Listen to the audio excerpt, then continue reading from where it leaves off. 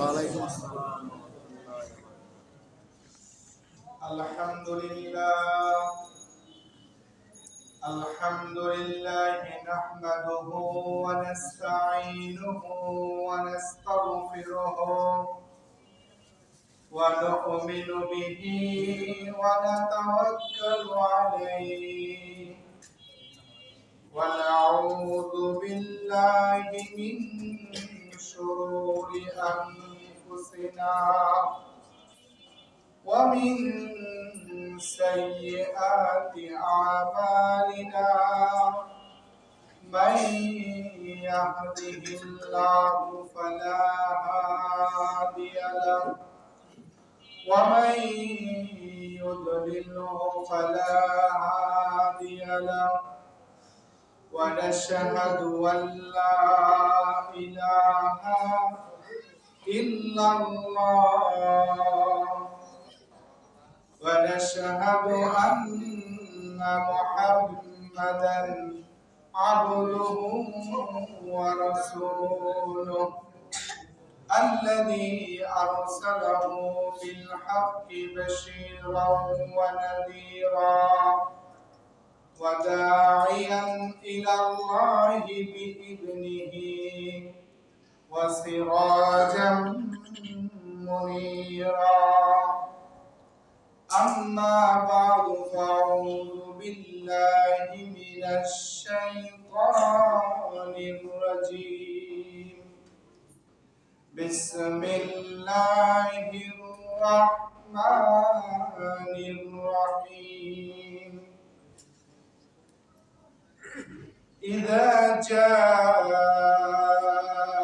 نصر الله والفتح ورأيت الناس يدخلون في دين الله أفواجا فسبح بحمد ربك واستغفره إنه كان توابا وقال النبي صلى الله عليه وسلم صيام يوم عاشوراء إني أحتسب على الله أن يكفر السنة التي قبله أو كما قال عليه الصلاة والسلام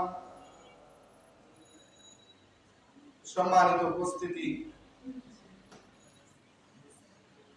আজকের এই রজনী মুহররম মাসের 10 তারিখ, যেটাকে আরবি পরিভাষায় আশুরা। আজকের এই গুরুত্বপূর্ণ রজনীতে আল্লাহ পাক রব্বুল আলামিন তার দ্বীনের কিছু কথা বলা, শোনা এবং আমল করার নিয়তে একত্রিত হওয়ার তৌফিক দান করেছেন। এজন্য সবাই অন্তরের অন্তঃস্থল থেকে আল্লাহ পাক রব্বুল আলামিনের দরবারে শুকরিয়া জানাই, সবাই বলি আলহামদুলিল্লাহ। অতঃপর শতকোটি দরুদ ও সালাম মানবতার মুক্তির দূত হযরত মুহাম্মদ মুস্তাফা সাল্লাল্লাহু আলাইহি ওয়াসাল্লামের শানে, যে মহামানব আমাদেরকে আল্লাহ পাক রব্বুল আলামিনের নির্দেশনা অনুযায়ী রাষ্ট্র গঠনের সুন্দর একটি পন্থা বাস্তবায়ন করে দেখিয়ে দিয়ে গেছেন, সেই মানবতার মুক্তির দূত মুহাম্মদ সাল্লাল্লাহু আলাইহি ওয়াসাল্লামের শানে দরুদ ও সালাম প্রেরণ করি, সবাই সাল্লাল্লাহু আলাইহি ওয়াসাল্লাম। কিছুক্ষণ পূর্বে আপনারা খুবই গুরুত্বপূর্ণ আশুরা, কারবালার ইতিহাস এবং এই 10 মুহররমের ঘটে যাওয়া ঐতিহাসিক ঘটনাগুলি সম্পর্কে ধারণা পেয়েছেন এবং এটা আমরা আমাদের বুঝবার পর থেকেই ইসলামী বিভিন্ন আলোচনায় বছরে একবার হলেও শুনতে পাই, বুঝে আসে। কিন্তু প্রতিটি ঘটনার পিছনে আরেকটি ছায়া ঘটনা থাকে। এই ছায়া ঘটনা যদি আমরা জানতে না পারি, ঘটনা শুনলাম সারা জীবন, তাহলে আমার ভিতরে কোনোদিন উপলব্ধি তৈরি হবে না, এখান থেকে মূল শিক্ষাটা বাস্তবায়িত হবে না। যেমন টিভির পর্দায়, ইউটিউবে বিভিন্ন নাটক মঞ্চায়িত হয়, কিন্তু নাটকটা পিছন থেকে কেউ তৈরি করে দেয়। ঠিক তদ্রূপ বিশ্বেও বিভিন্ন রাষ্ট্র ক্ষমতায় বিভিন্ন নাটক মঞ্চায়িত হয়, কিন্তু পিছন থেকে এই নাটকগুলা কেউ তৈরি করে দেয়। হয়তো সেটা মানুষের জীবনকে নিয়ে নেয়, কিন্তু এটা পিছন থেকে কেউ না কেউ এটা কলকাঠি নাড়তে থাকে। এই কারবালার ইতিহাস সহ বিভিন্ন ঘটনা পর্যালোচনা করলে পরে আমরা এই ছায়া যে পিছন থেকে যে ঘটনাগুলো ঘটায় এর সম্পর্কে আমরা খোঁজ পাই। আমি আজকের আলোচনাতে আপনাদেরকে সেই বিষয়টাই আলোকপাত করার চেষ্টা করব। আল্লাহ তাআলা যেটুকু তৌফিক দান করেন। আশা করি আপনারা মনোযোগ সহকারে শুনবেন। এখান থেকে হয়তো আমি কণ্ঠ দিয়ে কথাগুলো বলা যাবে না, কিন্তু অন্তত এই উপলব্ধিটুকু আমরা এখান থেকে নিয়ে যেতে পারবো যে আমি মুসলমান হিসেবে আমাকে কতটুকু সতর্ক থাকতে হবে। আমি যেন আরেকজনের নাটকে মঞ্চের অভিনেতা যেন না হয়ে যায়, আমাকে বিষয়টাকে বুঝতে হবে। আশুরার এই বিষয়টা রাসূল আকরাম সাল্লাল্লাহু আলাইহি ওয়াসাল্লামের আবির্ভাবের পূর্বে রাসূল সাল্লাল্লাহু আলাইহি ওয়াসাল্লামের জীবদ্দশায় এবং রাসূল সাল্লাল্লাহু আলাইহি ওয়াসাল্লামের পরকালীন যাত্রার পরে সময় তিনটি বিষয়। একটা হলো রাসূলের আগমনের পূর্বে, রাসূল থাকার সময়, রাসূল চলে যাওয়ার, তিনটি পাঠ। রাসূল সাল্লাল্লাহু আলাইহি ওয়াসাল্লামের আগমনের পূর্বে এই দিন মানবতার মুক্তির দিন। এই দিন ছিল জুলুম থেকে মাজলুমের মুক্তির দিন। বিজয় দিবস হিসেবে ইহুদিরা এটাকে পালন করত। আল্লাহ পাক রব্বুল আলামিনের দরবারে একটি রোজা শুকরিয়া তারা আদায় করে আশুরাকে তারা উদযাপন করে। রাসূল আকরাম সাল্লাল্লাহু আলাইহি ওয়াসাল্লামও এই রোজাটি মক্কি জিন্দেগিতেও রেখেছেন, মদিনার জিন্দেগিতেও রেখেছেন। তবে মদিনার জিন্দেগিতে আসার পরে দ্বিতীয় বর্ষ থেকে তিনি দুটি করে রাখা শুরু করেছেন, 9 জিলহজ অথবা 11 জিলহজ সহ। তাহলে রাসূলের জীবদ্দশার আমলও জানলাম, রাসূলের জীবদ্দশার পূর্বের আমলও জানলাম। রাসূল সাল্লাল্লাহু আলাইহি ওয়াসাল্লামের ইন্তেকালের পরে এই দিনটি শোকের দিনও না, বিজয়ের দিনও না। এই হিসেবে এই নিউট্রাল পরিস্থিতিতে 61 হিজরি থেকে নিয়ে 384 হিজরি পর্যন্ত এটাকে উদযাপন করা হতো। এটা কোনো উদযাপনের বিষয় ছিল না, আমল করার জন্য রোজা রাখা হতো, এর চেয়ে বেশি কিছু না। পরবর্তীতে আস্তে আস্তে এটাকে শোক দিবস বানিয়ে ফেলা হয়েছে। এই যে ইতিহাসটা, কারবালার সাথে 10 মুহররমের ফজিলতের বিন্দু মাত্র কোনো সম্পর্ক নাই। কারবালার ইতিহাস একটা ভিন্ন জিনিস। ইয়াউমে আশুরা রোজা রাখলে 1 বছরের বিগত দিনের গুনাহ আল্লাহ তাআলা মাফ করে দিবে, এটার সাথে কোনো কি নাই, সম্পর্ক নাই। আরো স্পষ্ট করে বলতে গেলে হযরত হুসাইন রাদিয়াল্লাহু তাআলা আনহুর শাহাদাত দিবসে রোজা রাখার দ্বারা বিগত জিন্দেগীর গুনাহ মাফ হবে এমন কোনো বিষয় না। বরং রাসূল আকরাম সাল্লাল্লাহু আলাইহি ওয়াসাল্লাম শোক দিবস, কারো ইন্তেকালে রোজা রাখা যদি এটা সুন্নতের আমল হতো, রাসূলের ইন্তেকালে রোজা রাখাটা আমল হতো, সুন্নত। তাহলে বোঝা গেল হুসাইন রাদিয়াল্লাহু তাআলা আনহু শাহাদাতের সাথে এই রোজার কোনো সম্পর্ক নাই। তবে ঘটনাটা যেটা ঘটেছে হযরত হুসাইন রাদিয়াল্লাহু তাআলা আনহু শাহাদাত, এটা এই তারিখে মিলে গেছে এবং এটা হৃদয় বিদারক, মর্মান্তিক, একটা মুসলমানের হৃদয়ে কষ্ট লাগার মতোই একটি ঘটনা।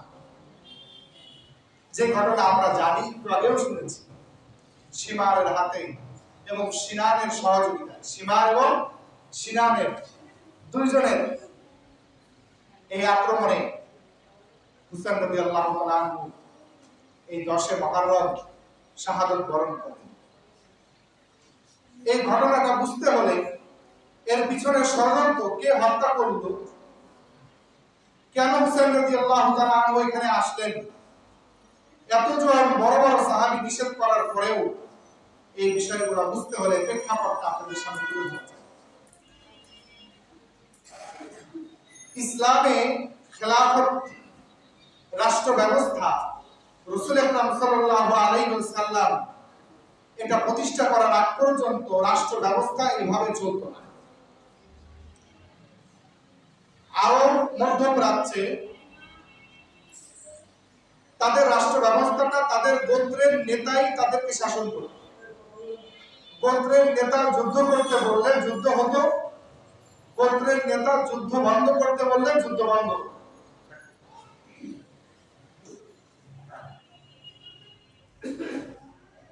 গোত্র ভিত্তিক তাদের জীবন সমাজ ব্যবস্থা পরিচালিত হতো। রাষ্ট্রীয় ক্ষমতা থেকে তাদের থেকে ট্যাক্স তুলবে, তাদের সেবার মান উন্নত করবে, তাদের সীমানা চৌহদ্দি নির্ধারণ করবে, এ জাতীয় কোনো পন্থা রাসূল আকরাম সাল্লাল্লাহু আলাইহি ওয়াসাল্লাম মদিনার রাষ্ট্র গঠন করার পূর্বে ছিল না। নাম্বার 2, গোত্র অধিপতি তাদেরকে শাসন করত।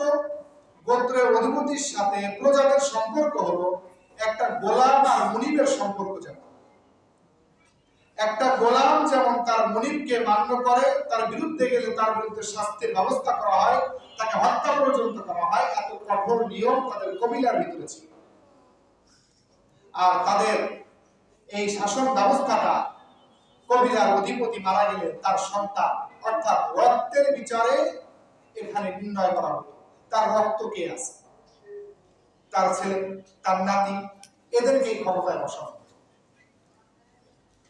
গ্রিক সভ্যতায় কিছু কিছু রাষ্ট্রের অস্তিত্ব পাওয়া যায়, কিন্তু সে সমস্ত রাষ্ট্র রাসূল সাল্লাল্লাহু আলাইহি ওয়াসাল্লাম যে রাষ্ট্র গঠন করলেন, মদিনা সনদের মাধ্যমে যে রাষ্ট্র ব্যবস্থা প্রণয়ন করলেন, এই রকম রাষ্ট্র ব্যবস্থা আগে ছিল না, বিক্ষিপ্ত আকারে ছিল।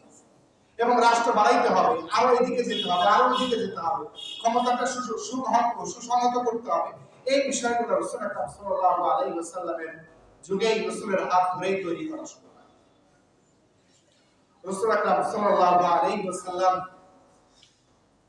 তিনি সারা জীবন থাকার জন্য পৃথিবীতে আসেন, চলে যেতে হবে।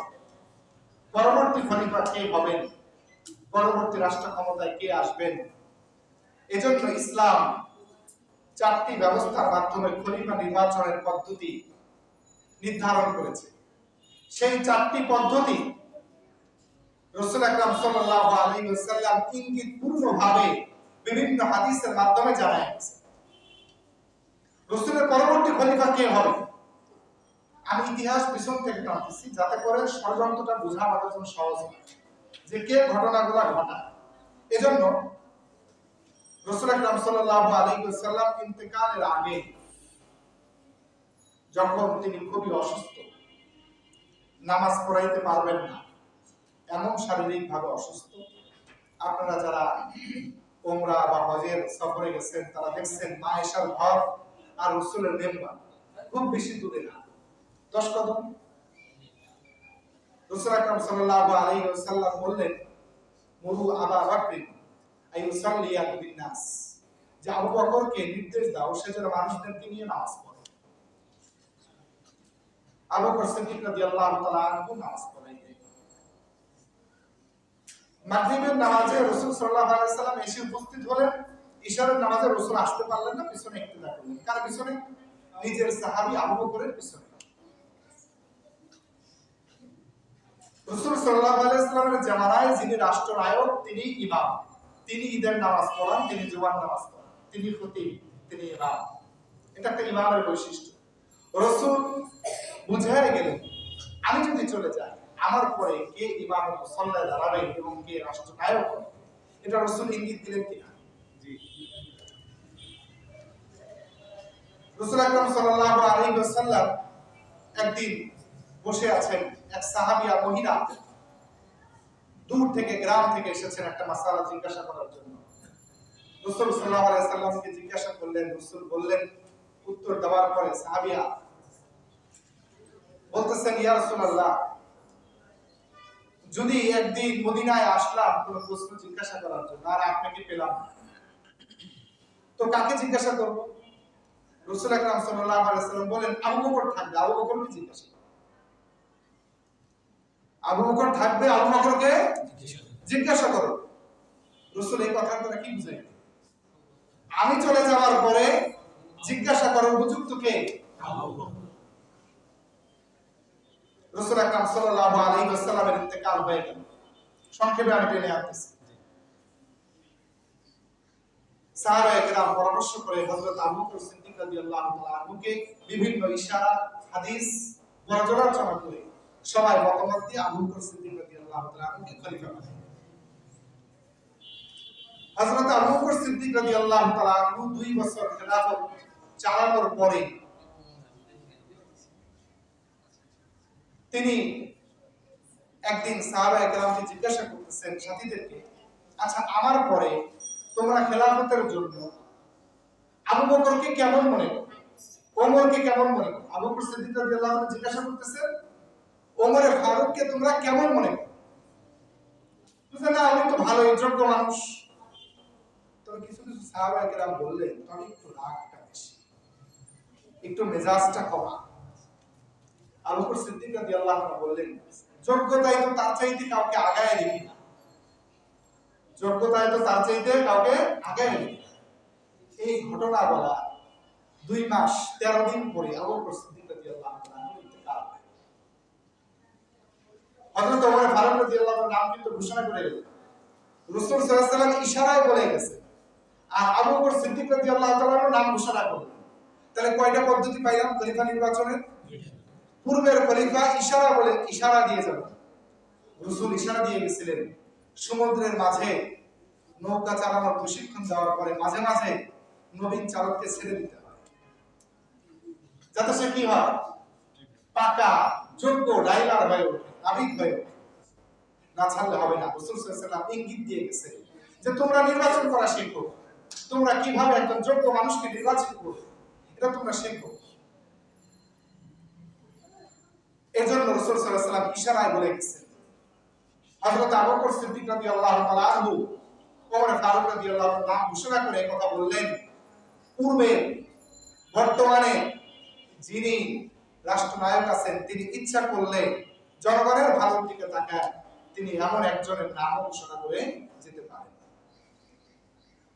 হযরত ওমর ফারুক রাদিয়াল্লাহু তাআলা আনহু 10 বছর তিনি শাসন করলেন। ফজরের নামাজের সময় তিনি আহত হন এবং পরবর্তীতে শাহাদাত বরণ করেন। রাসূল আকরাম সাল্লাল্লাহু আলাইহি ওয়াসাল্লাম এই ইঙ্গিত দিয়েছিলেন, একদিন পাহাড়ের উপরে রাসূল দাঁড়ানো, ডান সাইডে আবু বকর, বাম সাইডে ওমর, পাহাড় নড়া শুরু করছে। রাসূল আকরাম সাল্লাল্লাহু আলাইহি ওয়াসাল্লাম ধমক দিছে, ইয়া আইয়ুহাল জাবাল, ও পাহাড়, লা তাহাররাক, তুমি কি করো না, নড়াচড়া করো না। তোমার উপরে আমি সিদ্দিক এবং শহীদ আছি, আমি আছি, সিদ্দিক আছি, আর কে আছে? শহীদ। ওমর ফারুক রাদিয়াল্লাহু তাআলা সেদিন জানা হয়ে গেছে যে আমি কি হব। কিন্তু ওমর ফারুক রাদিয়াল্লাহু তাআলা রাসূলের রওজার পাশে নামাজ পড়া এই লোভনীয় জায়গাটা ছাড়তে চাইতেন না, এজন্য তিনি বাইরে কোথাও যেতেন না। তো আল্লাহ তাআলা তাকে শাহাদাতের মর্যাদাই দিলেন, নামাজ পড়ানোর সময় রাসূলের পাশেই তিনি শাহাদাত বরণ করলেন। কিন্তু শাহাদাত বরণ করার আগে তিনি 5 জন নাম ঘোষণা করলেন, এই 5 জনের ভিতর থেকে তোমরা একজন রাষ্ট্রনায়ক নির্বাচন করবে। 5 জনের ভিতরে আব্দুল্লাহ ইবনে আব্দুর রহমান তিনি বললেন যে আমি আমার ক্যান্ডিডেট, আমি এটা ক্যান্সেল করলাম, আমি দায়িত্বের জন্য উপযুক্ত না, আমি এটা নেব না। তাহলে কয়জন রয়েছে? 4। তবে তোমরা যে 4 জনের ভিতর থেকে একজন হবা, এটার জন্য তোমাদের সম্মতি আছে? হ্যাঁ আছে সম্মতি, যদি আসে আমরা নেব। তাহলে আমি সাধারণ মানুষদের সাথে যারা গণ্যমান্য আছে তাদের সাথে কথা বলি, কথা বলে আমি তখন সবাই তাকে আমিরের ফয়সাল হিসেবে নিযুক্ত করেন। তিনি বিভিন্ন গুণীজনদের সাথে বড় বড় সাহাবায়ে কেরাম আব্দুল্লাহ ইবনে আব্বাস কথা বলে তিনি নির্বাচন করে দিলেন হযরত ওসমান রাদিয়াল্লাহু তাআলা আনহু যখন ক্ষমতায় বসলেন, এর আগে ইয়ামান তো আপনারা চেনেন, ইয়ামানের একটা জায়গার নাম হলো সানা। এই সানাতে জন্মগ্রহণ করছে আব্দুল্লাহ ইবনে সাবা। ইহুদি একটা পরিবারে তার জন্ম। নাম কি? আব্দুল্লাহ ইবনে সাবা। আব্দুল্লাহ ইবনে সাবা ওমর ফারুক রাদিয়াল্লাহু তাআলার জামানায় সে মদিনায় আসে। তার দাড়িগুলা নাভি পর্যন্ত। আব্দুল্লাহ ইবনে সাবার দাড়ি কতটুকু? নাভি পর্যন্ত। চুল দাড়িগুলা অনেকটাই পাক ধরেছে। বড় জামা পরেন। ইয়ামানের অধিবাসী, খুব নম্র ভাষায় কথা বলেন। তিনি এসে ওমর ফারুক রাদিয়াল্লাহু তাআলার হাতে মুসলমান। ওমর ফারুক রাদিয়াল্লাহু তাআলার হাতে মুসলমান হওয়ার পরে একদিন তিনি ওমর ফারুক রাদিয়াল্লাহু তাআলাকে বিভিন্ন বিষয়ে পরামর্শ দেন। আপনি এটা করেন, ওটা করেন। ওমর রাদিয়াল্লাহু তাআলা বিরক্ত হয়ে ধমক দিয়েছেন। তারপর থেকে আব্দুল্লাহ ইবনে সাবা আর তেমন কোনো কথা বলেন না। তিনি চুপচাপই থাকতেন, মদিনায় বসবাস করতেন। হযরত ওসমান রাদিয়াল্লাহু তাআলা যখন ক্ষমতায় আসলেন, ওসমান রাদিয়াল্লাহু তাআলার দিলটা অনেক নরম ছিল।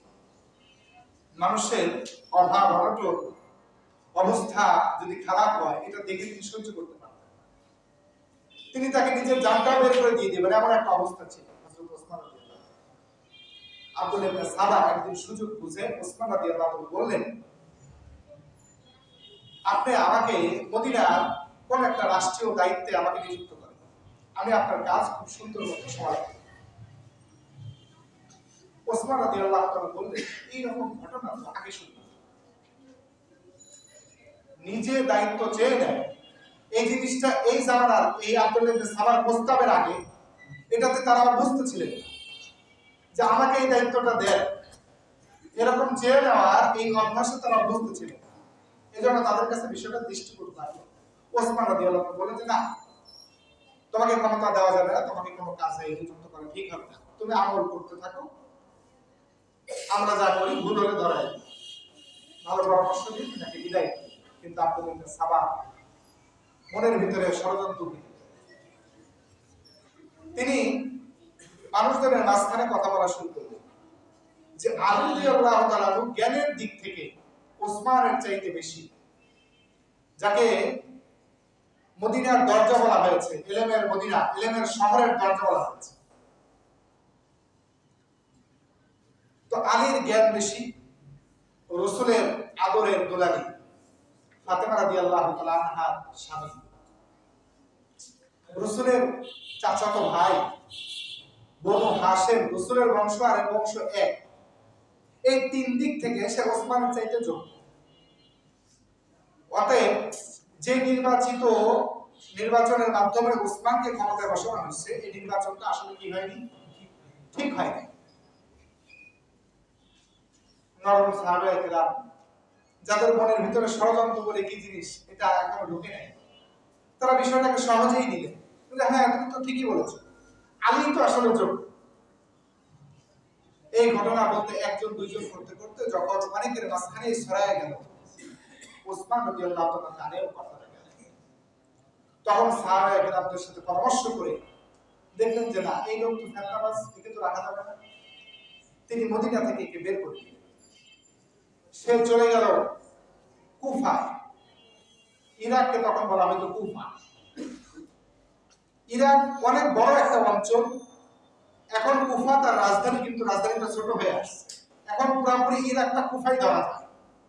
এই কুফাতে সে চলে গেল। কুফাতে যাওয়ার পরে সেখানেও একই প্রচারণা। আলী রাদিয়াল্লাহু তাআলা সবচেয়ে এখন ক্ষমতার জন্য যোগ্য, তাকেই ক্ষমতায় বসানো দরকার, এভাবে সে জনমত করতে পারে। সেখানকার গভর্নর বিষয়টা অনুমান করতে পেরে তাকে কুফা থেকে বের করে যে তুমি এখানে থাকার যোগ্যতা আছে, তাকে শামে পাঠায় দাও। শামে যাওয়ার পরেও একই কাজ। আব্দুল্লাহ ইবনে সাবা শামে মাত্র 16 দিন ছিল। 16 দিনের ভিতরে ফেতনা মোটামুটি ছড়ায় যাওয়া শেষ। শামের গভর্নর যখন বিষয়টা বুঝতে পারছে, তাকে বসরায় পাঠাইছে। বসরা হলো মুয়াবিয়া রাদিয়াল্লাহু আনহু। বসরায় যাওয়ার পরে বিষয়টা আরো মারাত্মক আকার ধারণ করছে। মুয়াবিয়া রাদিয়াল্লাহু আনহু যখন বুঝতে পারলেন, তখন তিনি বিচার যদি করেন তাহলে সমস্যা, কারণ তার জনমত গড়ে উঠছে। বিচার করলে এরা বিগড়ায় যাবে। বর্তমানে কিছু বেদাতি আছে, এদের বিচার করতে গেলে বলবে যে হুজুরে লাগছে, কারণ তারেও তো দেখতে কিসের মতো, হুজুরের মতো। আব্দুল্লাহ ইবনে সালাম এখন কিসের মতো, হুজুরের মতো। এখন তার বিচার যদি মুয়াবিয়া রাদিয়াল্লাহু আনহু করতে যায়, তো বলবে দেখো নিজে গভর্নর ওসমানের দেওয়া অনুদান খায়, এই জন্য এই কাজ। মুয়াবিয়া রাদিয়াল্লাহু আনহু বললেন যে না, এর বিচার করা যাবে না, একে মিশরে পাঠাই। মিশরে যাওয়ার পরে তিনি সেখানে সুযোগ পেলেন। তিনি সেখানে আরো বেশি জনমত গড়ে তুললেন। মিশরের বাদশা যখন বুঝতে পারলো, তখন সে নিজেই সেখান থেকে বহিষ্কার হওয়ার আগে বলল যে আমরা মিশর ত্যাগ করে চলে যাচ্ছি। সে কিছু ওখান থেকে অনুসারী নেয়, আসে কুফা থেকে কিছু অনুসারী নেয়, বসরা থেকে 3 দেশের থেকে অনুসারী নিয়ে সে মদিনায় চলে যায়। তার মূল মিশন শুরু হলো। সে মদিনাতে যাওয়ার পরে মদিনায় শহরের ভিতরে ঢোকে। মদিনা থেকে 3 মাইল দূরে মরুভূমির ভিতরে সে তাঁবু থাকে। এই জায়গায় থেকে সে এখন ওসমান রাদিয়াল্লাহু আনহুর বিরুদ্ধে কথা চালায়। কি কথা? ওসমান রাদিয়াল্লাহু তাআলা অনুদানের অধিকাংশ অংশটুকুই তার নিজ বংশ উমাইয়াকে দিয়ে দেয়। উমাইয়া বংশের ভিতরে সে তার অনুদানকে বন্টন করে। সে বনু হাশিম সহ অন্যদেরকে অনুদান দেয়। এই প্রচারণা শুরু করলো। নাম্বার 2 অভিযোগ করলো, আফ্রিকা বিজয় করছে একজন ছোট সাহাবী, এই 17 বছরের এই বালককে এত উপঢৌকন দেওয়ার দরকার। আফ্রিকা তো একটা অনুন্নত জায়গা, এই জায়গা সে সে বিজয় করছে। বিজয় করা তো এমন কোন বীরের লক্ষণ না যে তাকে এত বেশি পুরস্কার দিতে হবে। এটা বাইতুল মাল অর্থাৎ রাষ্ট্রীয় কোষাগারের অপচয়। এই একটা সে বিষয় কথা বলা শুরু করল। এই দুটি বিষয় যখন মানুষের মাঝখানে ছড়ায় পড়ল, মানুষজন ওসমান রাদিয়াল্লাহু তাআলা আনহুকে বললেন যে আপনার বিরুদ্ধে তো এই ঘটনা শহরের ভিতরে আলোচনা হচ্ছে। তখন তিনি আব্দুল্লাহ ইবনে সাবাকে ধরে নিয়েছেন। ধরে এসে জিজ্ঞাসা করলেন, তুমি আমার বিরুদ্ধে যে ষড়যন্ত্র করেছো, কি কারণ? তোমার অভিযোগগুলো আমাকে বলো। তোমার যে আপনার ওই আফ্রিকা বিজয় করছে, ও কিন্তু এত দুর্ঘটনা করছে, ঠিক আছে, ক্যান্সেল করা হবে। তার সমস্ত বুড়াপন আমি ফেরত দেব। তিনি আব্দুল্লাহ ইবনে সাবার সামনে, তার অনুসারীদের সামনে চিঠি লিখলেন মিশরের বাদশার কাছে যে তার নিকটে যত গেছে অনুদান, সমস্ত অনুদান যেন চিঠি পৌঁছতে মাত্র নিয়ে দাও। সমাধান হয়ে গেল। আমি বনু উমাইয়াকে সহযোগিতা করি। তাহলে বনু উমাইয়ার 10 জন লোককে ডাকা হলো। তোমাদেরকে কি কি সহযোগিতা করি? এটাকে আমি বাইতুল মাল থেকে, বাইতুল মালের যে কোষাধ্যক্ষ তাকে ডাকা হলো। আপনি রেজিস্টার দেখেন, আপনার এখান থেকে বনু উমাইয়ার জন্য কতগুলো বরাদ্দ আছে। বনু উমাইয়ার জন্য 3 বছরে কোনো বরাদ্দ ছিল না। ওসমান রাদিয়াল্লাহু আনহু বলেন, আমার ব্যক্তিগত সম্পত্তি থেকে আমি আমার পরিবারকে, আমার এই বংশের লোকদেরকে সহযোগিতা করছি। এটাকে আমি করতে পারি না? তোমার অভিযোগ ঠিক না। এই দুটি অভিযোগ সহ আরো ছোট ছোট অনেকগুলো অভিযোগ ছিল। সবগুলো অভিযোগের উত্তর দেওয়ার পরে আব্দুল্লাহ ইবনে সাবা দেখল সবগুলোই তো ঘটে, যা বলছি সবগুলো তো হয়ে গেছে, এখন তো আর ষড়যন্ত্র করা যায় না। কিন্তু যে করেই হোক ওসমান রাদিয়াল্লাহু তাআলাকে ক্ষমতা থেকে সরাইতে হবে, আমার ক্ষমতা নিতে হবে।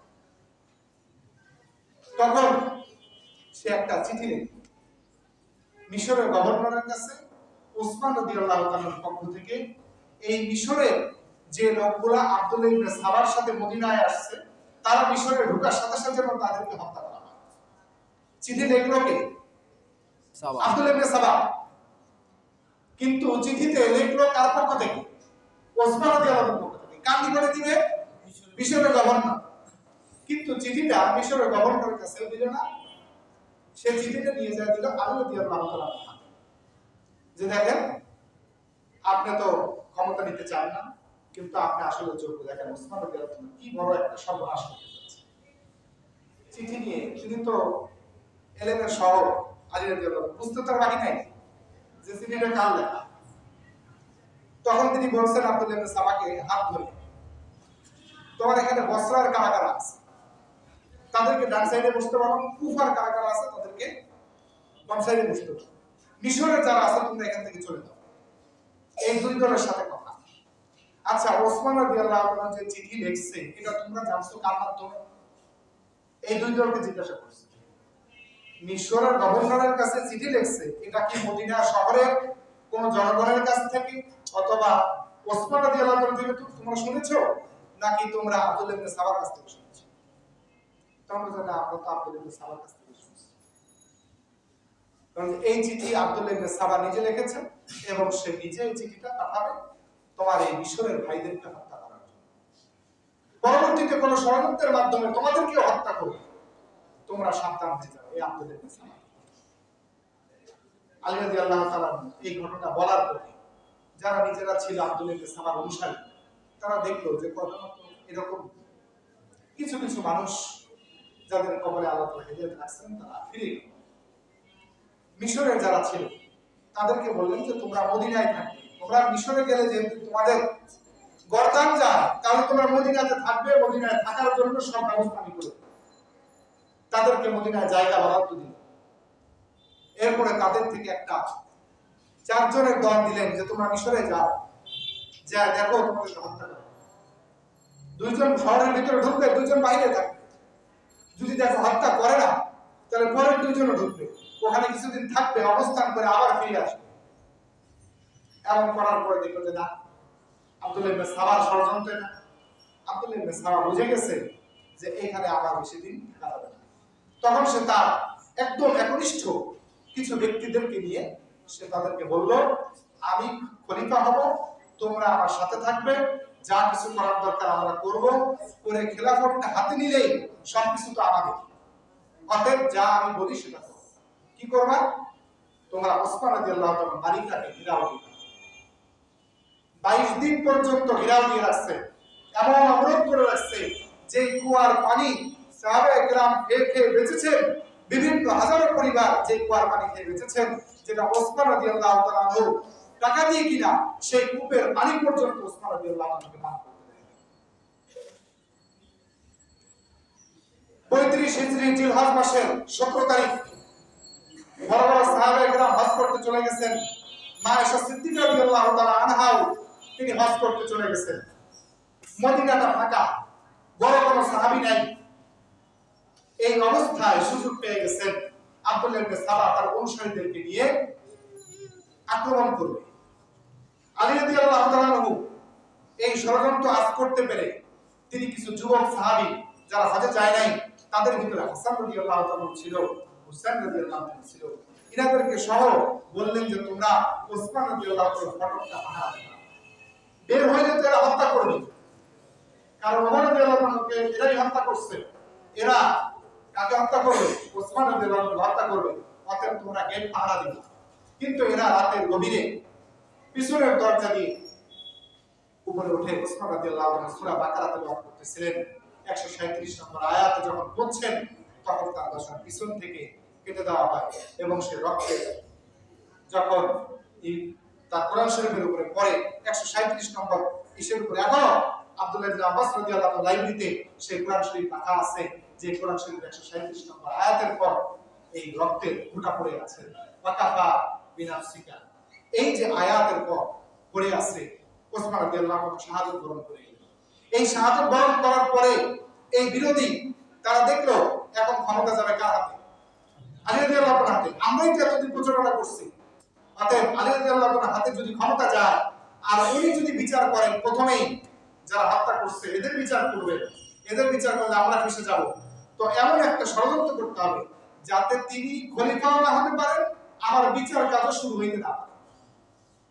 তারা আলী রাদিয়াল্লাহু তাআলার কাছে যায় বলল, আপনি খেলাফতের দায়িত্ব নেন। তারা জানে যে আলী রাদিয়াল্লাহু তাআলা খেলাফতের দায়িত্ব নেবেন না, কারণ নিলে তিনি এখন দোষের শিকার হয়ে যাবেন যে তিনি হত্যা করেছেন। আবার এদিকে মা আয়েশা সিদ্দিকা রাদিয়াল্লাহু আনহা নাই, তিনি মক্কায়।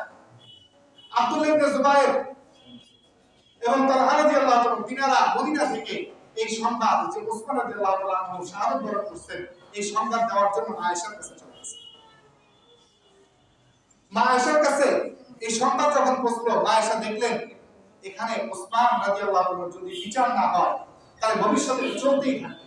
ওমর রাদিয়াল্লাহু তাআলা তো মাফ করে দিয়ে গেছেন, কিন্তু ওসমান রাদিয়াল্লাহু তাআলা মাফ করার সুযোগ পান নাই।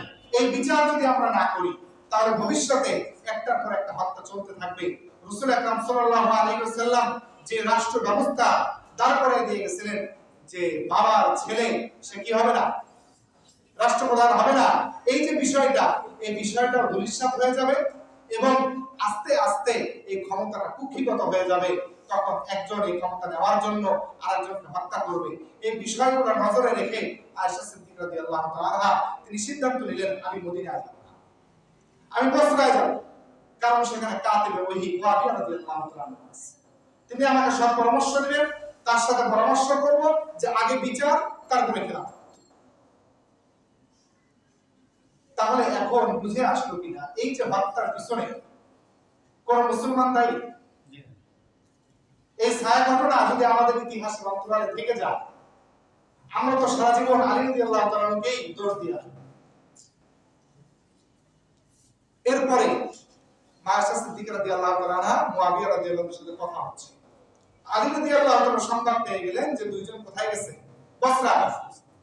তিনি চিন্তা করলেন আমি যদি মদিনায় বসে থাকি আমাকে ভুল বুঝবে, আমার মদিনায় থাকা যাবে না, আমিও কোথায় যাব, বসরা। তিনিও বসরা গেলেন। দুইজনের মাঝখানে যখন আলোচনা হচ্ছিল, আলোচনায় তিনারা এই আলোচনার উপনীত হলেন এই সিদ্ধান্তে যে প্রথমে ওসমান রাদিয়াল্লাহু তাআলা আনহু বিচার হবে। বিচার করবে কে? যারা বর্তমানে গভর্নর আছে, এরা মিলে এই বিচারটা সমাধান করবে। এরপরে একজনকে খলিফা নিযুক্ত করা হবে, তার হাতে আমরা পাই। এটা হলো চতুর্থ পদ্ধতি। অর্থাৎ জনগণের গণ্যমান্য ব্যক্তি তারা খলিফা নির্বাচন করবে তাদের নিজস্ব মতামত দিয়ে, গভর্নরদের সম্মতিতে, এবং গভর্নররা সেটা সিলেক্ট করবে। এটা হলো কয় পদ্ধতি? 4 পদ্ধতি। আমি আমার আলোচনা কিন্তু খেলাফত নির্বাচনের যে 4টা পদ্ধতি সেটা শেষ করছি।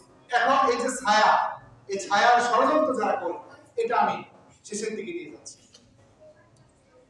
আব্দুল্লাহ ইবনে সাবা সেও যখন সংবাদ পেয়ে গেল যে 3 জন অ্যাডভাইস, তাহলে তো সমাধান হয়ে যাবে, অতি দ্রুত বিচার হবে এবং আমাদেরই বিচার হবে। তখন তিনি আব্দুল্লাহ ইবনে সাবা তার কিছু অনুসারী নিয়ে সেও বসরা দিল। সন্ধ্যার সময় ফয়সালা হলো। 1 নম্বর ফয়সালা হলো আলী রাদিয়াল্লাহু তাআলা উপস্থিত, পরবর্তী খলিফা আলী রাদিয়াল্লাহু তাআলা হবে, তার হাতে আমরা বায়াত গ্রহণ করব এবং আমরা দেখব কারা কারা বায়াত থেকে বিরত থাকে, তাদের মতামত নেব। তারাও যদি কোনো যোগ্য ব্যক্তিকে দাঁড় করাইতে পারে সেই খলিফা। কিন্তু আয়েশা সিদ্দিকা রাদিয়াল্লাহু তাআলা মত দিলেন যে আলী খলিফা হবে, মুআবিয়া রাদিয়াল্লাহু তাআলা মত দিলেন যে আলী খলিফা হবে। কিন্তু খেলাফতের দায়িত্ব এখনই তিনি বুঝে নেবেন। আগে মুআবিয়া রাদিয়াল্লাহু তাআলা মদিনায় যাবেন, তিনি ওসমান রাদিয়াল্লাহু তাআলা বিচার করবেন হত্যা, এরপরে হলো খেলাফতের দায়িত্ব বহন করা। এই সিদ্ধান্তের পরে রাতে ঘুমের পর আলী রাদিয়াল্লাহু তাআলা আসছেন, তিনি তাবু কাটায় ঘুমাইছেন। মুআবিয়া রাদিয়াল্লাহু তাআলা মেহমানদের কদর করার জন্য তিনিও তাবু কাটাইছেন মাঠে। আয়েশা সিদ্দিকা রাদিয়াল্লাহু তাআলা তিনিও দূরে তাবু নিয়ে উনি ওখানে রাত যাপন করছেন। আব্দুল্লাহ ইবনে সাবা এসে আলী রাদিয়াল্লাহু তাআলা তাবুতে হামলা করে। তিনটা একসাথে কাছাকাছি তাবু। মুআবিয়া রাদিয়াল্লাহু তাআলা তাবুতে হামলা করছে, আয়েশা সিদ্দিকা রাদিয়াল্লাহু তাআলা তাবুতেও হামলা করছে। কেন হামলা করছে দুই জায়গায়, আর আলীর ওখানে হামলা করে নাই কেন? এখন আলী রাদিয়াল্লাহু তাআলা মদিনায় ছিলেন, তার দিকে আগে থেকেই ষড়যন্ত্রের তীর কিন্তু আছে যে সে হয়তো ওসমানকে কি করেছে, হত্যা করেছে। এখন যদি মুআবিয়ার উপরে হামলা হয়, আয়েশার উপরে হামলা হয়, তাহলে এখন তীরটা মজবুত হবে যে আলী রাদিয়াল্লাহু তাআলা এই হত্যা করাইছে এবং এখানেও এই গণ্ডগোলটা আছে। আব্দুল্লাহ ইবনে সাবা রাত্রিবেলা হামলা করে উনি নাই। মুআবিয়া রাদিয়াল্লাহু তাআলার অনুসারী যারা ছিলেন, আয়েশা সিদ্দিকা রাদিয়াল্লাহু তাআলার সাথে যারা ছিলেন, তারা ধরে নিলেন হ্যাঁ আলী রাদিয়াল্লাহু তাআলা এই কাজটা হয়তো করতে পারে। এজন্য কিছু বুঝে ওঠার আগেই, মুআবিয়া রাদিয়াল্লাহু তাআলা নির্দেশ দেওয়ার আগেই সাহাবীদের মাঝখানে তরবারি ঝনঝনানি শুরু হয়ে গেছে। একজন নয়, দুইজন নয়, 20,000 সাহাবী এক রাত্র এবং সকালের প্রভাত উদিত হওয়ার 3 ঘন্টার ভিতরে জঙ্গে জামালের ভিতরে শহীদ হলেন। একটা ষড়যন্ত্রের কাজ। এই যে ষড়যন্ত্র শুরু হলো, আজ পর্যন্ত এই ষড়যন্ত্র চলতেছে, এটা আর বন্ধ। আব্দুল্লাহ ইবনে সাবা সেখান থেকে চলে গেছে। আলী রাদিয়াল্লাহু তাআলা নয় যুদ্ধ করলেন। যুদ্ধ করার পরে মুয়াবিয়ার সাথে সন্ধি হলো যে আসলে আমাদের মাঝখানে ভুল বোঝাবুঝি হয়েছে, এটা আমি হামলা করিনি, এটা অন্য কেউ হামলা করছে। সাহাবীদের থেকে সাক্ষী নেওয়া হলো, তারাও সাক্ষী দিল যে না, আমরা আলী রাদিয়াল্লাহু তাআলার সাথে যারা মদিনা থেকে আসছিল তাদেরকে কাউকে হামলা করতে দেখি নাই। যখন নিশ্চিত হলো জঙ্গে জামাল থেমে গেল, কিন্তু 20,000 সাহাবী তো চলে গেছে। সামনে কিছু দূর আগানোর পরে সিফিন, যেখান থেকে নৌকাগুলো ছাড়ে, এই জায়গায় যে আলী রাদিয়াল্লাহু তাআলার বাহিনী আর মুয়াবিয়া রাদিয়াল্লাহু তাআলার বাহিনীর মাঝখানে আবার ভুল বোঝাবুঝি হয়। এইখানে জঙ্গে সিফিন অনুষ্ঠিত হয় এবং 7 দিনের যুদ্ধে 70,000 সাহাবা একরাম, এই 90,000 সাহাবী 15 দিনের ভিতরে শেষ। কার ষড়যন্ত্রে? আলী রাদিয়াল্লাহু তাআলা বললেন, আমি যদি এখান থেকে রওনা দেই তাহলে এই যুদ্ধ আরো বেশি হবে। তিনি বললেন মুয়াবিয়াকে, দেখো মুয়াবিয়া, নিজেদের ভিতরে আর যুদ্ধ করে লাভ নাই। আমরা রাজধানী মদিনায় না, রাজধানী কুফা হবে। কুফা থেকেই শাসন ব্যবস্থা পরিচালিত হবে, কুফা থেকেই রাজধানী হবে, কুফায় আমি থাকবো। যেহেতু আমি এখান থেকে সরলেই ষড়যন্ত্র হয়, সরার আর কোনো সুযোগ নেই। এখান থেকে রাষ্ট্র ক্ষমতাগুলা সব জায়গায় কিভাবে করা যায় এটা পরিচালনা করা হবে। মদিনা থেকে রাজধানী কোথায় চলে আসতো? ইসলামের রাষ্ট্র। কুফা থেকে তিনি এই ব্যবস্থা পরিচালনা করা শুরু করলেন। কিন্তু আব্দুল্লাহ ইবনে সাবা তো নাই, ভেবে নাই। আব্দুল্লাহ ইবনে সাবা আবারও এটা শুরু করলেন ষড়যন্ত্র, যে দেখো আলী রাদিয়াল্লাহু তাআলার ক্ষমতা বেশি, সে এখানে এসে ক্ষমতা নিয়ে নিচ্ছে। আলী রাদিয়াল্লাহু তাআলা যখনই ওসমান রাদিয়াল্লাহু তাআলার হত্যার বিচার করার জন্য প্রস্তুতি গ্রহণ করেন, তখনই একটা না একটা ঝামেলা শুরু করে। এই অবস্থায় আলী রাদিয়াল্লাহু তাআলা চলে গেলেন। 41 হিজরিতে মুয়াবিয়া রাদিয়াল্লাহু তাআলা তিনি ক্ষমতা নেবেন, কিন্তু সমস্যা হলো হাসান রাদিয়াল্লাহু তাআলা তিনাকে ক্ষমতা পেশ করা হলো, যা আপনি ক্ষমতা নেন। মুয়াবিয়া রাদিয়াল্লাহু তাআলা এতদিন পর্যন্ত তিনি রাষ্ট্রনায়ক হবেন এই কল্পনা নিজেও করেন নাই, তাকে অন্য কোন সাহাবীও কানে দেয় নাই। কিন্তু আলীর সাথে এতদিন যুদ্ধের কারণে অনেকের মনে হয়েছে যে মুয়াবিয়া রাদিয়াল্লাহু তাআলা ওনার ক্ষমতা চায়।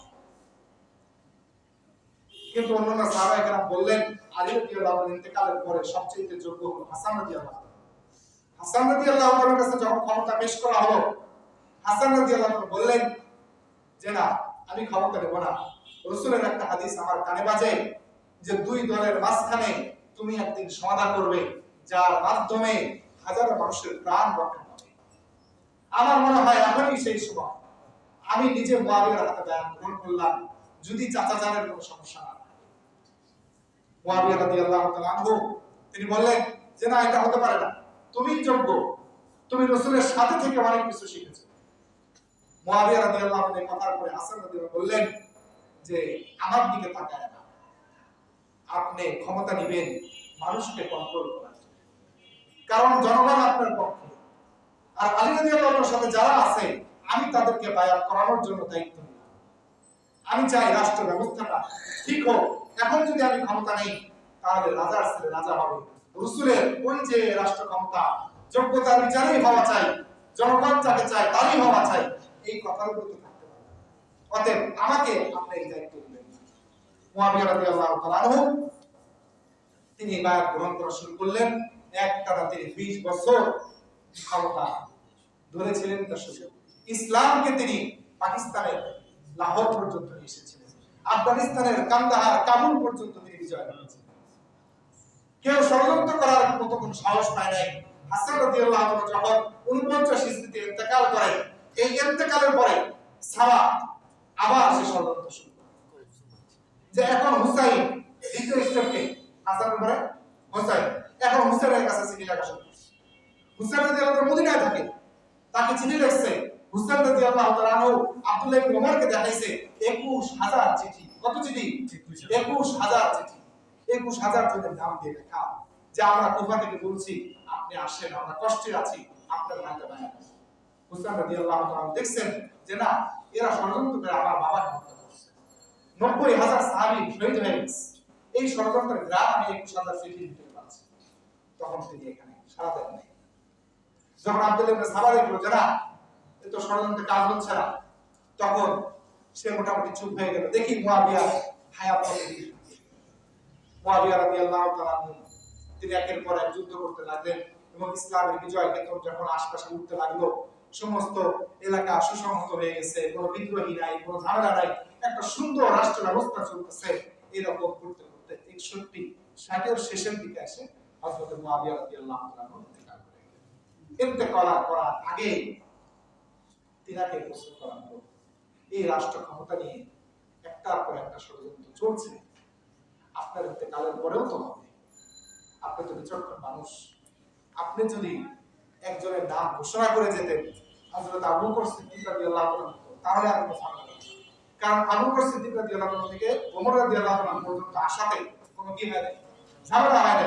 ওই পদ্ধতিটাই আমাদের কাছে ভালো মনে হয়, এজন্য আপনি একজনের নাম ঘোষণা করেন। হযরত মুয়াবিয়া রাদিয়াল্লাহু তাআলা সময় দিলেন। তিনি অনেকদিন চিন্তা ভাবনা করার পরে নিজের ছেলে ইয়াজিদকে তিনি যোগ্য হিসেবে তিনার নাম ঘোষণা করলেন। এই জায়গায় দুইটা বিষয়। ইয়াজিদ ক্ষমতায় বসার আগে সে একজন যোগ্য রাজনীতিবিদ ছিল, তাকওয়া পরহেজগারিতে খুব বেশি ভালো ছিল এটা বলা যাবে না, কিন্তু কিভাবে রাষ্ট্রকে সুসংহত করতে হবে, বিদ্রোহ দমন করতে হবে, কিভাবে মানুষকে সুন্দর মতো রাখা যায়, তাদের সেবার মান উন্নত করা যায়, এটা ইয়াজিদের মাথায় ছিল। সে মাঝে মাঝে মুয়াবিয়া রাদিয়াল্লাহু তাআলাকে পরামর্শ দিত, যে পরামর্শ অনুযায়ী কাজ করার দ্বারা অনেক রাষ্ট্রীয় বিভিন্ন জটিল বিষয়গুলোর সমাধান সহজেই পেয়েছেন মুয়াবিয়া রাদিয়াল্লাহু তাআলা। এই জন্য তিনি নাম ঘোষণা করেন। যখন নাম ঘোষণা করছেন এবং বাবার ইন্তেকাল হচ্ছে, এই অবস্থায় ইয়াজিদ ছিল না, ইয়াজিদ ছিল দামেস্কে। সে জানতো না তার নাম ঘোষণা করা হচ্ছে। বাবার জানাজাও পায় না, বাবার জানাজা হয়ে গেছে, কবরস্থ করা হয়েছে। কবর করে যখন মানুষ ফেরত আসতেছে, তখন তিনি গোরস্থানের পাশ দিয়ে যান আর জিজ্ঞেস করেন কার কবর দিয়ে আসতেছে। তখন বলছে মুয়াবিয়া, তোমার বাবার ইন্তেকাল হয়েছে। তখন তাকে বলা হলো তোমার নাম ঘোষণা করে গেছে, তুমি প্রস্তুতি নাও, তোমার হাতে আমরা বায়াত। ইয়াজিদের হাতে বায়াত নেওয়া হয়। ইয়াজিদের হাতে বায়াত নেওয়ার সময় অনেকেই তার হাতে বায়াত নেয়। তিনি সমস্ত গভর্নরের কাছে চিঠি লিখলেন, আমার বাবা আমার নাম ঘোষণা করে গেছে, কুফাতে অনেকেই আমার হাতে বায়াত নিচ্ছে, সবাই দিচ্ছে, আপনারাও দ্রুত আমার নামে আপনাদের রাষ্ট্রে আপনাদের হাতে বায়াত গ্রহণ করেন। ইয়াজিদের এই ঘোষণার পরে আশপাশের সব জায়গায় বায়াত গ্রহণ করা হয়ে গেল। শুধুমাত্র কুফাতে কিছু সাহাবায়ে কেরাম, মদিনার বড় বড় সাহাবায়ে কেরাম, মক্কার আব্দুল্লাহ ইবনে জুবাইর রাদিয়াল্লাহু তাআলা, এই কয়েকজন বড় বড় মানুষ তিনারা ইয়াজিদের হাতে বায়াত গ্রহণ করতেছেন। দুইটা তাদের কারণ ছিল। একটা হলো ইয়াজিদের ভিতরে তাকওয়া কম, রাজনৈতিক বুদ্ধি বেশি কিন্তু কি কম, তাকওয়া কম। এর পদস্খলিত হওয়ার সম্ভাবনা বেশি।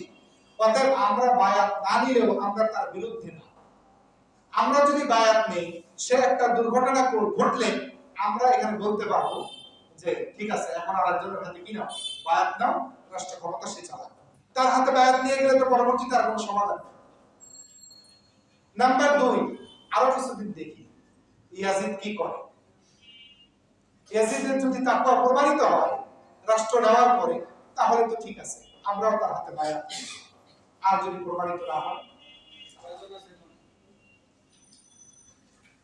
শেষের দিকে বলতে নাকি?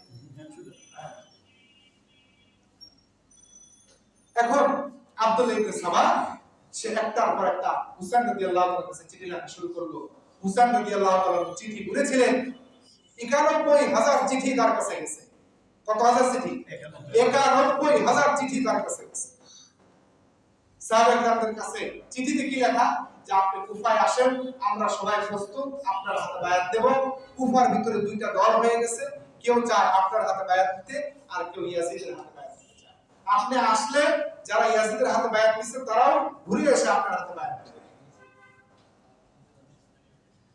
হুসাইন রাদিয়াল্লাহু তাআলা চিন্তা করলেন যেহেতু দুইটা দল হয়ে গেছে, ইয়াজিদের হাতে বায়াত দিচ্ছে না, অনাস্থা প্রকাশ করছে, অতএব আমি যদি যাই তাহলে মানুষদেরকে হয়তো বুঝাইতে পারবো, যদি ইয়াজিদের হাতে বায়াত হয় তো আলহামদুলিল্লাহ, আর না হলে আমার হাতে বায়াত নিয়ে আমি ইয়াজিদকে বুঝায়া এই ক্ষমতাটা সুন্দর মতো হবে। এবং দুই নম্বর বিষয় ছিল ইয়াজিদ তো মুআবিয়া রাদিয়াল্লাহু আনহুর ছেলে, অতএব এই যে ছেলের কাছে ক্ষমতা যাওয়া এটা আমাদের অন্তত জেনারেশন পর্যন্ত এটা যাতে না হয় এজন্য তিনি রওনা দিবেন। কিন্তু আব্দুল্লাহ ইবনে ওমর তার হাত চেপে ধরলেন যে আমি রক্তের ঘ্রাণ পাচ্ছি, আপনি যাবেন না। তো বলে যে আমি মক্কায় যাই, একটু আল্লাহর ঘর তাওয়াফ করি, তারপরে দেখি কি করা যায়। আব্দুল্লাহ ইবনে আব্বাস বলেছে না, তোমার এই তারপরে দেখি বলা যাবে, মক্কা যাওয়া, মক্কায় থাকলে থাকো, কিন্তু মক্কা থেকে আবার মদিনা যদি ফিরে আসতে চাও আসবা, কিন্তু কুফাতে যাওয়ার কি নাই, সুযোগ নেই। ধমক দিয়ে বলেছিলেন।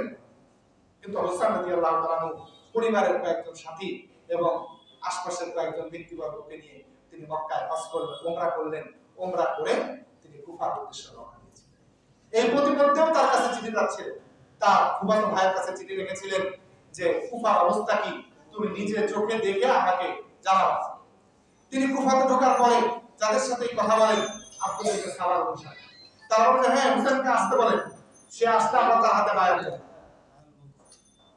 কিন্তু কি দেখা গেল, তিনি একটা মহিলার কাছে আশ্রয় চাইলেন রাত্রেবেলা থাকার জন্য, তাকে আশ্রয় দেওয়া হলো। কিন্তু মহিলা জানতেন যে যদি ইয়াজিদের বাহিনী জানতে পারে যে হুসাইন রাদিয়াল্লাহু তাআলা ফুফাতো ভাই এখানে আশ্রিত, তাহলে আমার ছেলে যে আছে সেও তো ইয়াজিদের বাহিনী, সে হত্যা করবে। রাত্রেবেলা খাবার দিতে যাচ্ছিলেন, ছেলের হাতে ধরা পড়ে গেছেন। যখন ধরা পড়ে গেছেন তখন ইয়াজিদের কাছে সংবাদ চলে গেছে, তাকে নিয়ে যাওয়া হয়েছে। নিয়ে যাওয়ার পরে ছাদে উঠানো হয়েছে। ছাদে উঠানোর পর বুঝতে পারছেন যে আমাকে এখন হত্যা করে ফেলা হবে। তখন তিনি একটা চিঠি লেখেন, হুসাইন তুমি আর আসো না, কুফা তোমার জন্য না। এই চিঠিটা তিনি লিখে প্রহরীর কাছে দেন যে যত দ্রুত পারো এই চিঠি যদি তুমি হুসাইনের কাছে পৌঁছাইতে পারো তাহলে একটা রক্তপাত মুক্ত একটা খেলাফত প্রতিষ্ঠা হবে। আর যদি হুসাইনের কাছে এই চিঠি না পৌঁছে তাহলে আবার রক্তপাত হবে। সিফিনের যুদ্ধে, জঙ্গে জামালের যুদ্ধে যেমন 90,000 সাহাবা একরাম শহীদ হয়েছে, সেটা আবার পুনরাবৃত্তি হবে। অতএব হুসাইন যেন এখানে না আসে। কিন্তু এই চিঠি হুসাইন রাদিয়াল্লাহু তাআলা আনহু তিনি রওনা দিয়ে আসছেন, কোথায় আসছেন জানা নাই, এজন্য তার হাতে চিঠি পৌঁছে নাই। সুবস্ত্র কখন, যখন তিনি বস্ত্রাতে অলরেডি প্রবেশ করে ফেলেছেন।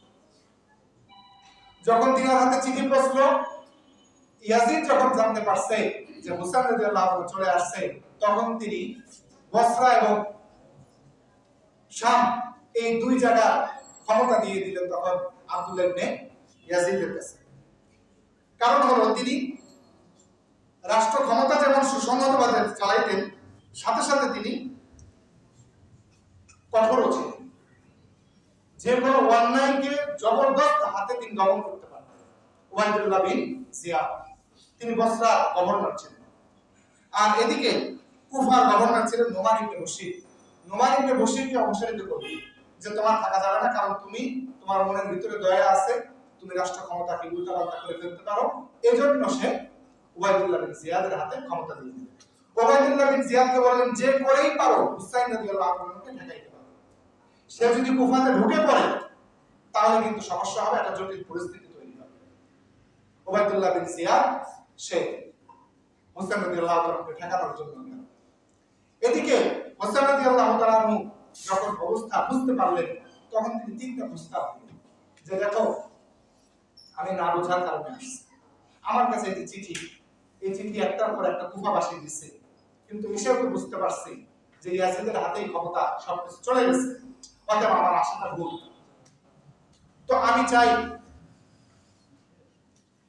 শেষ করে দিচ্ছি 5 মিনিট লাগে, শেষ করে ইয়াজিদের হাতে ক্ষমতা যেহেতু আছে, তোমরা আমাকে ইয়াজিদ পর্যন্ত যেতে দাও, আমি ইয়াজিদের হাতে যে বায়াত করব, তোমাদের কারো হাতে আমি সারেন্ডার করব, কারণ তোমাদেরকে আমি বিশ্বাস করি। সরাসরি বলবে। নাম্বার 2, আমাকে মদিনায় ফিরে যেতে দাও। নাম্বার 3, যদি মদিনায় যেতে না হয়, ইয়াজিদের কাছেও যেতে না হয়, আমাকে বর্ডারে পৌঁছায় দিয়ে আসো। অন্য কোনো মুসলিম রাষ্ট্রে যে আমি সেখানে বসবাস করব, তোমাদের ক্ষমতার ভিতরে আমি দখল করব। কারণ তার সাথে তার ফ্যামিলি ছিল, ছোট বাচ্চা কাচ্চা ছিল, যুদ্ধের কোনো সরঞ্জাম ছিল না, বিবি বাল বাচ্চা নিয়ে কেউ যুদ্ধ করতে আসে। মুসাব রাদিয়াল্লাহু তাআলা আনহু তাকে এই তিন সুযোগের কোনোটাই দেওয়া হলো না। তখন শিমার ইয়াজিদকে, শিমার তখন ওবাইদুল্লাহ ইবনে জিয়াদকে পরামর্শ দেয়, আপনি যদি হুসাইন রাদিয়াল্লাহু তাআলা গ্রেফতার করেন অথবা তাকে যদি হত্যা করেন, আপনার ক্ষমতা আরো সুন্দর হবে। আপনি দুই জায়গার গভর্নর হয়ে গেছেন, আপনাকে হয়তো এমনও করতে পারে রাজধানীতে আপনাকে নিয়ে যাবে। তখন এদিকে লক্ষ্য করে বলতে, হ্যাঁ তাই তো, আমার তো ক্ষমতা আরো সুন্দর হবে। তখন তিনি এই ষড়যন্ত্রে পা দিলেন। তখন এই সীমার এবং সিরার দুইজন মিলে হুসাইন রাদিয়াল্লাহু আনহু হত্যা করতে গেছেন। হুসাইন রাদিয়াল্লাহু আনহু বললেন, আমার গায়ে রক্ত এক বিন্দু থাকা পরিমাণ থাকা পর্যন্ত আমি তোমাদেরকে সুযোগ দিব না। আমার রক্ত যখন শেষ হয়ে যাবে তখন তোমরা আমাকে হত্যা করতে পারবে, এর আগ পর্যন্ত আমি আমার শরীরে তোমাদেরকে হাত দিতে দেব না। তখন তিনি যুদ্ধ করলেন। একা তিনি যুদ্ধের মতো সক্ষম ছিলেন, তার সাথে তিনজন ছিল তার সাথী সঙ্গী। এই তিনজনকে প্রথমে হত্যা করে ফেলা হয়। তিনি একা বীরের মতো যুদ্ধ করে গেছেন 80 জনকে। আমার আগে যিনি আলোচনা করেছিলেন তিনি বলছেন আপনাদেরকে 80 জন থেকে 88 জনকে, 80 জন বলা হয় যে হুসাইন রাদিয়াল্লাহু তাআলার হাতে, একদম সরাসরি তার হাতে হয়েছে কতজন? 80 জন। আর বাকি 8 জন অন্যদের হাতে হয়েছে। এই 88 জনকে তিনি শেষ করে দেওয়ার পরে যখন একদম নিস্তেজ হয়ে গেছেন, বিভিন্ন গায়ে বিভিন্ন জায়গায় যখন হয়ে গেছে, বসে রয়েছেন, তরবারি চালানোর মতো হাতে আর শক্তি নাই, তখন অন্য যারা ছিল তারা বলতেছে, তোমরা চুপ করে আছো, তোমরা কাজ সমাধান করলেই তো। কিন্তু কেউই আগায় না। বলা যায় রাসূলের নাতি, তাকে কেমন?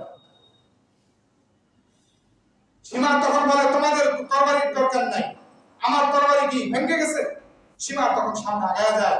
শিরাম তখন তাকে ধাক্কা দেয় যে তুমি যাও, তোমার সাথে আমিও আছি। সে খঞ্জর দিয়ে আঘাত করে এবং সীমা তখন তরবারি দ্বারা রাসূলের নাতি মাথাকে দ্বিখণ্ডিত করে। এখানে আমাদের ইতিহাস থেকে বোঝার বিষয়, এই ষড়যন্ত্রের পিছনে কে ছিল? এই চিঠিগুলো কে লেখাইছিল?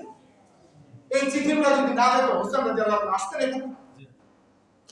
এই ষড়যন্ত্রগুলো কে করেছিল? আব্দুল্লাহ ইবনে সাবা, তার অনুসারীরা করেছিল। এই সাবা শেষ হয়ে যায়নি, এই সাবারা এখনো আছে। সাবারা রাষ্ট্রীয় ভালো মর্যাদা, ইন্ডিয়াতেও তাদেরকে ভালো মর্যাদা দেওয়া হয়, মোদির সাথে তাদের ভালো সম্পর্ক, তাদেরকে রাষ্ট্রীয় অভ্যর্থনা দিয়ে তারা এখনো ওই যে জুব্বা পরে, পাঞ্জাবি পরে, বড় দাড়ি রাখে, ওই পোশাক, কিন্তু বড় বড় ব্যবসা তারা দখল করে আছে। মিডল ইস্টেও তারা বড় বড় ব্যবসা দখল করে আছে, কিন্তু এরা মূলত ইহুদি। এজন্য আমাদেরকে ষড়যন্ত্র, আমাদের পিছনে ষড়যন্ত্র লেগেই আছে। সাহাবাদের সাথে ষড়যন্ত্র করছে, সাধারণ মুসলমানের সাথে ষড়যন্ত্র করছে। এজন্য আমাদেরকে চোখ কান খোলা রাখতে হবে। আমরা শুধুমাত্র যে নাটক সামনে মঞ্চায়িত হচ্ছে এটা দেখেই যদি আমরা চলে যাই তাহলে হবে না। আমাদেরকে প্রত্যেকটি ঘটনার পিছনে একটু গবেষণা করতে হবে, ইতিহাস জানতে হবে, কে আমাকে আমার মুসলমান ভাইয়ের বিরুদ্ধে বাড়াচ্ছে সেই বিষয়টা আগে চিন্তা করতে হবে। আল্লাহ রাব্বুল আলামিন আমাদেরকে কারবালার এই তাৎপর্য, এই ঘটনার পিছনের ঘটনা বুঝে নিজের জিন্দেগিতে সতর্ক হওয়ার তৌফিক দান। আমি কিন্তু কোনো ওয়াজ করতে যাইনি, আপনারা সব জানেন। আজকে রোজা, আগামীকালকে রোজা রাখলে পরে আল্লাহ পাক রব্বুল আলামিন 1 বছরের গুনাহ মাফ করে দেন। রাসূল সাল্লাল্লাহু আলাইহি সাল্লাম গত সারে এই রোজাকে কখনো বাদ দেন না। অতএব আমরাও বাদ দিব না। যারা আজকে ছিলাম তারা কালকে থাকবো, আর যারা আজকে রাখতে পারিনি আগামীকালকে রোজাটা রাখবো এবং তারপরের দিনে রোজা, 2 দিনের রোজা রাখবো। এখানে অনেক ধরনের ঘটনা আছে, অনেক কিছু মুক্তি পাইছে। আসলে কোরআন হাদিসের বাইরে তো কিছু বলাটা ঠিক হবে না। তো এখানে মুসা আলাইহিস সালামের বিষয়টাই শুধুমাত্র নির্ভরযোগ্য সূত্রে পাওয়া যায় যে তিনি ফেরাউনের বাহিনী থেকে মুক্তি পেয়েছিলেন। অন্যান্য যে বিষয়গুলো সেগুলো সত্যও বলবো না, মিথ্যাও বলবো না, কারণ আমি সেটা জানি না, তখন আমার জীবন ছিল না এবং কোন কোরআন হাদিসের ভিতরে সেটা বর্ণনাও আমি পাই না। অর্থাৎ সেগুলোকে মিথ্যা বলারও দরকার নাই, সত্য বলারও দরকার নাই। এজন্য এই দিনটি অবশ্যই গুরুত্বপূর্ণ। রাসূলের একটা হাদিস আছে, ফরজ নামাজের পরে সবচেয়ে গুরুত্বপূর্ণ নামাজ হলো রাতের নামাজ, এবং ফরজ রোজার পরে সবচেয়ে গুরুত্বপূর্ণ রোজা হলো আশুরা রোজা, মুহররম রোজা। আমরা এই রোজাটা রাখার চেষ্টা করব। আল্লাহ পাক রব্বুল আলামিন আমাদের পিছনে, আমাদের আশপাশে যে ষড়যন্ত্রগুলো হচ্ছে সেগুলোকে বুঝে আমাদের জিন্দেগিটাকে পরিচালনা করার তৌফিক দান করুন। আমরা এখন মিডিয়ার যুগ, মিডিয়া আমাদের সামনে যা প্রকাশ করে আমরা সেটাই যদি বিশ্বাস করতে থাকি তো আব্দুল্লাহ ইবনে সাবা সেটাই বিশ্বাস করব, কারণ সে 91,000 চিঠি দিয়েছে। কত হাজার চিঠি দিয়েছে? তখন তো সেটাই মিডিয়া আছে। তো আমার সামনে যদি হাজারো পোস্ট আসে, বিশ্বাস করার আগে একটু চিন্তা করতে হবে এখন আব্দুল্লাহ ইবনে সাবা জীবিত আছে, এখনো ইয়াজিদের বেটা আছে। আল্লাহ পাক রব্বুল আলামিন আমাদের বুঝার এবং আমল করার তৌফিক দান করুন।